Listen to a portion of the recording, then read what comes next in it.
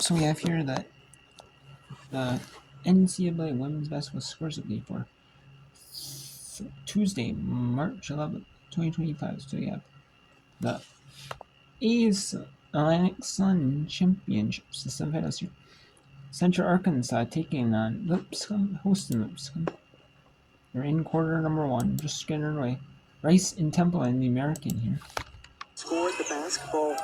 25-6-18 here. Eastern Kentucky leading or down 5 FGCU by 65 in the third quarter.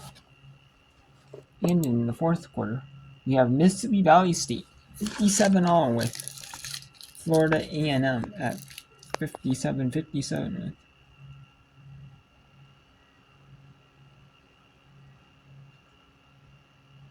Just about 20 seconds to go. Just 17.8 seconds to be precise.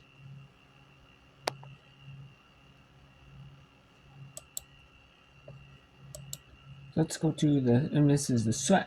First round winner plays number 1 seed Southern at 5:30 Eastern tomorrow. Winner plays Southern. And we have Eastern Kentucky, Florida Gulf Coast, and Lipscomb Central. They're at campus sites.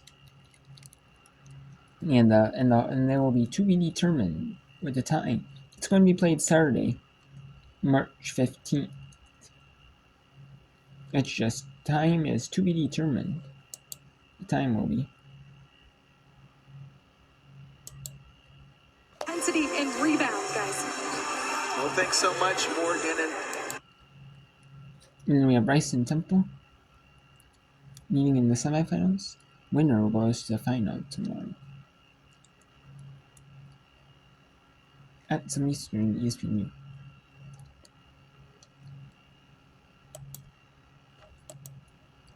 So let's go to SWAC. First round. I know it's a SWAC championship. First quarterfinal round. It's really, but it is SWAC championship. First round action. Not quarterfinal round action. It is SWAC championship. First round action.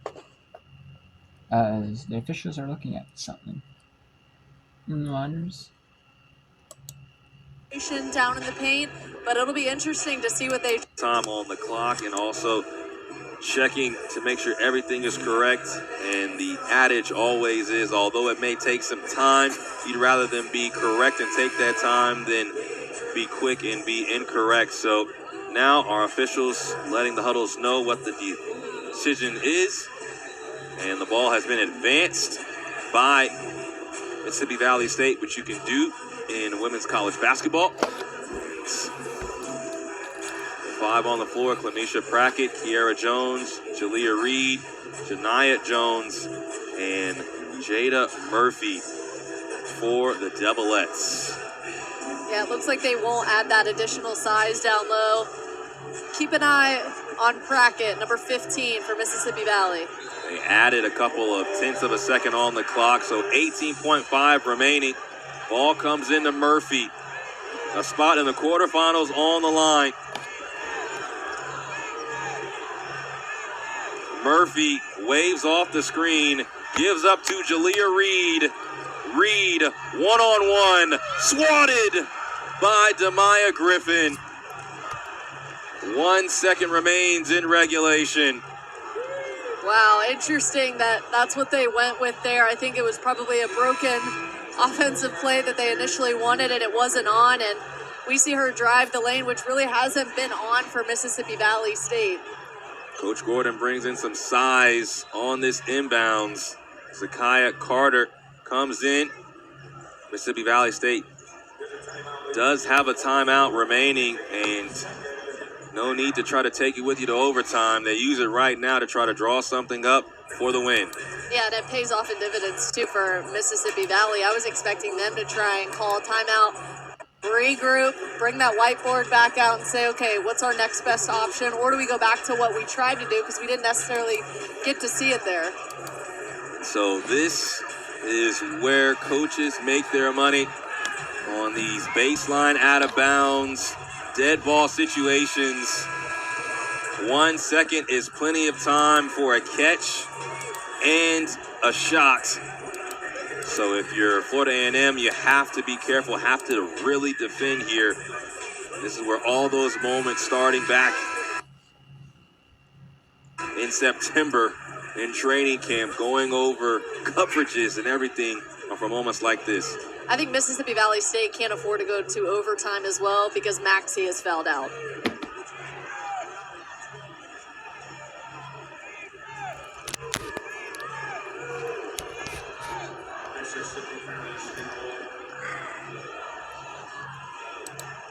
Officials making sure that Florida A&M has the opportunity to step in front of the Devilettes. And after getting a look at the formation and how Mississippi Valley State was setting up, Coach Gordon will call timeout. And the cat and mouse game continues, right? How do you handle it? If you're Coach James, do you change the play? And this is what it's all about. I know it's taking some time, but that's what it's all about. Yeah, it's better to get it right whenever you do get back on the floor, because in a moment, your whole season can be over. Have the patience to figure it out. And again, as we have talked about this entire broadcast, Bridget Gordon has won a couple national championships with the legend Pat Summitt when she played for Tennessee. She knows what's going through their minds right now, her young team, trying to get them set as they'll be on the defensive end here with Mississippi Valley inbounding. It's going to be Janiyah Jones, Clemisha Prackett, Kiera Jones, Jalea Reed, and Jada Murphy.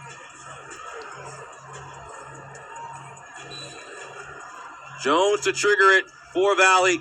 Ball comes into Prackett, gets it off, and it just bounces off the rim. Not a bad look at the end of regulation, but free basketball upcoming. ×2. We get the overtime in the first game, and then now again as Prackett is unable to get that. And then both SWAT first round matchups. There is overtime.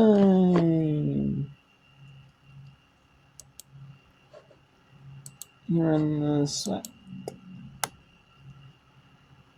So we'll get you back to the first round of the SWAT tournament. And we have a minute.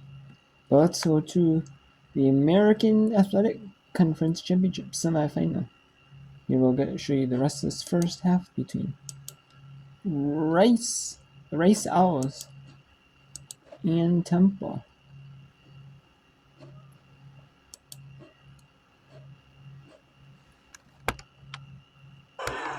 Little extended elbow action.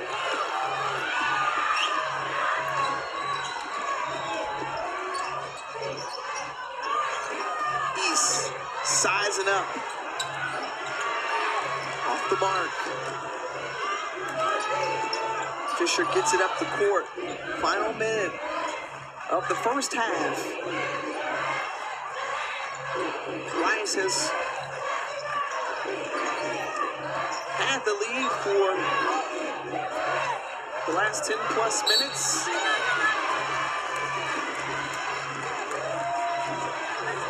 And a foul on Temple. That's going to go against Rivera. That's her second personal foul. So, Mr. Rivera will take a seat as Amaya Oliver checks back in.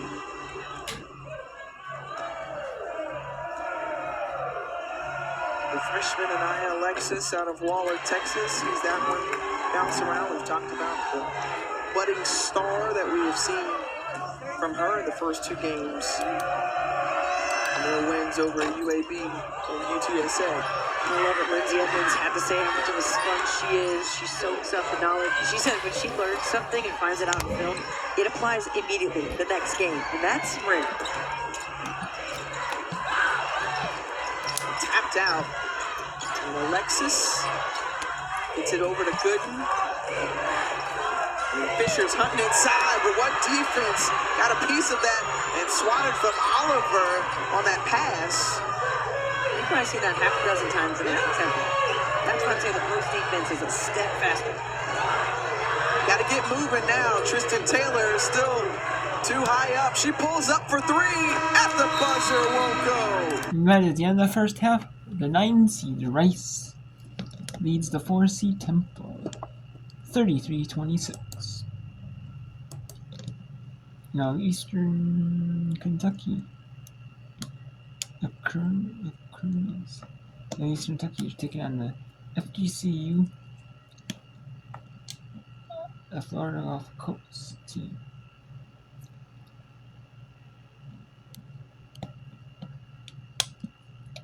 And there, Florida Gulf Coast leads 38-29. But you see there 4 fouls on their leading star player. With 4:41 in the third quarter, they're going to need a lot of time without her on the floor. Probably until at least midway through, about the midway mark in the fourth quarter.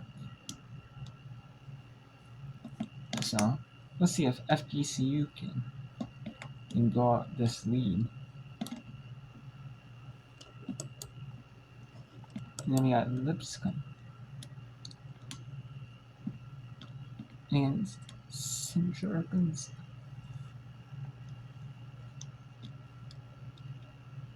17-7 or 18-7. Make it 18-10 now. I mean, now, like I said, we'll go back to the SWAT. And I said we'd go back to the SWAT first round game. So let's go to the SWAT first round. The Mississippi Valley State and Florida A&M. Mississippi Valley Jowlettes against the Florida A&M Rattlers. A&M to bring in Aaliyah Ellis, and it looks like she is going to track and follow Prackett for the rest of this overtime. As we know, again, Prackett might not be filling up the stat sheet, but she has been a difference maker in this one, and obviously Coach Gordon has recognized that. Brackett's first free throw falls off on the year. She shoots her free throws at 67%.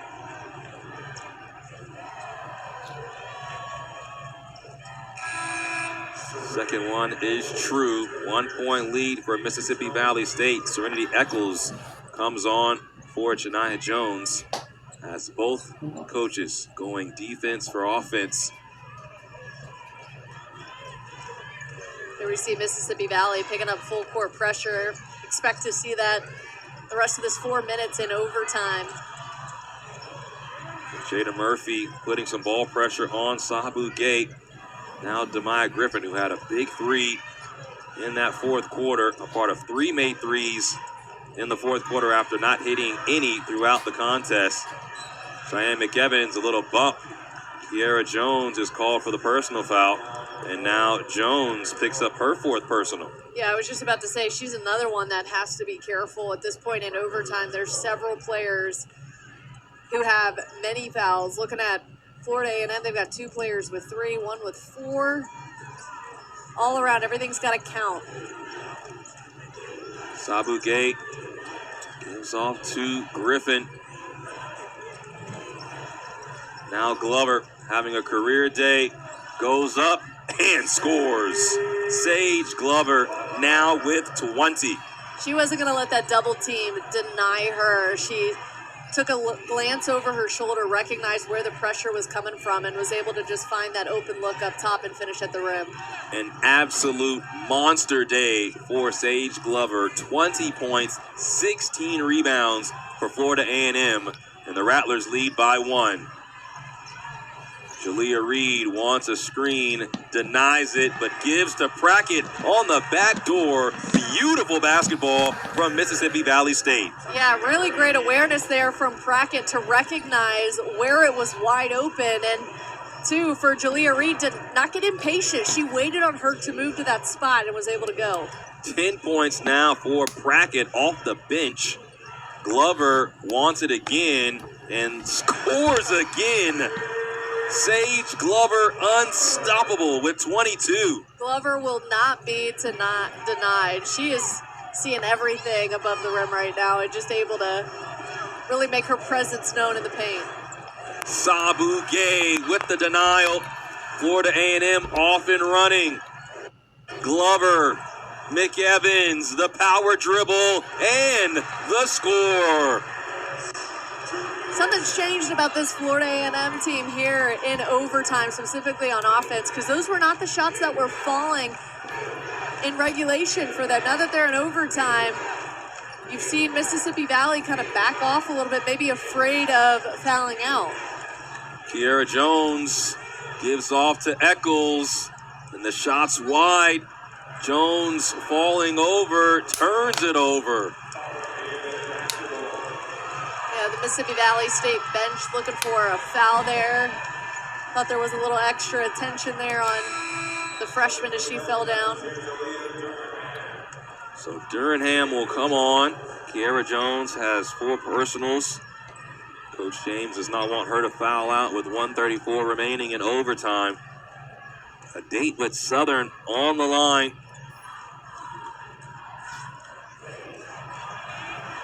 Ball comes into McEvans, almost a 5-second call. Cheyenne McEvans slips and falls, and that's a traveling violation.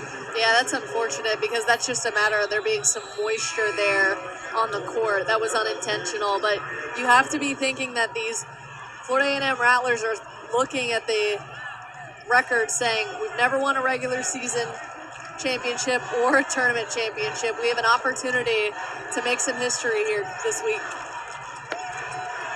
Murphy on the stop and go, and Sabu Gay has been solid defensively.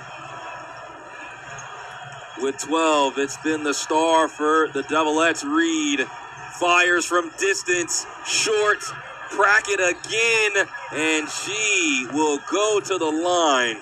Clemisha Prackett, call her Windex. She's been all over the glass today. Cleaning everything up. Here we see it again underneath with just about the entire Superwoman for Mississippi Valley State, Clemisha Prackett. Yeah, no.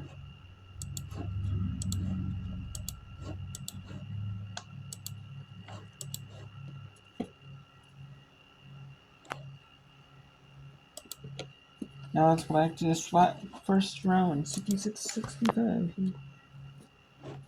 Well, we'll take a look here at the scores. Where's some of the games on right now? There are not a ton of games in, so I don't know what we're going to talk this one.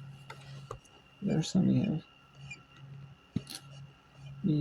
Earlier we had Montana upset the 2 seed Northern Arizona, so it's Montana versus Montana State in the quarterfinal, in the final.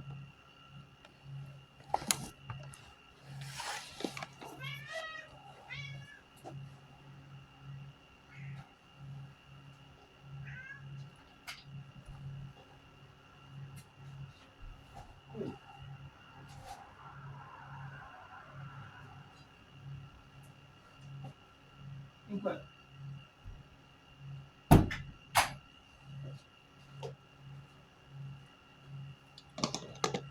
so it's missing my State.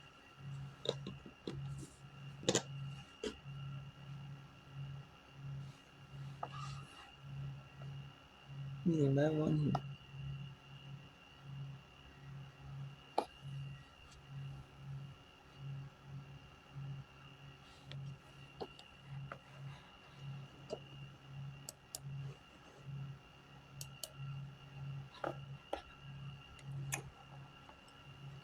Now it's the fourth quarter here. In this one, it's a tight game. So let's go after this. West of the SWAT tournament first round matchup between the 9 seed Mississippi State and the 8 seed Florida A&M. Because the Florida A&M having a tiebreaker with Mississippi State. They had tiebreakers. It doesn't necessarily matter too much for these 2 teams. They had different plays, 8-9.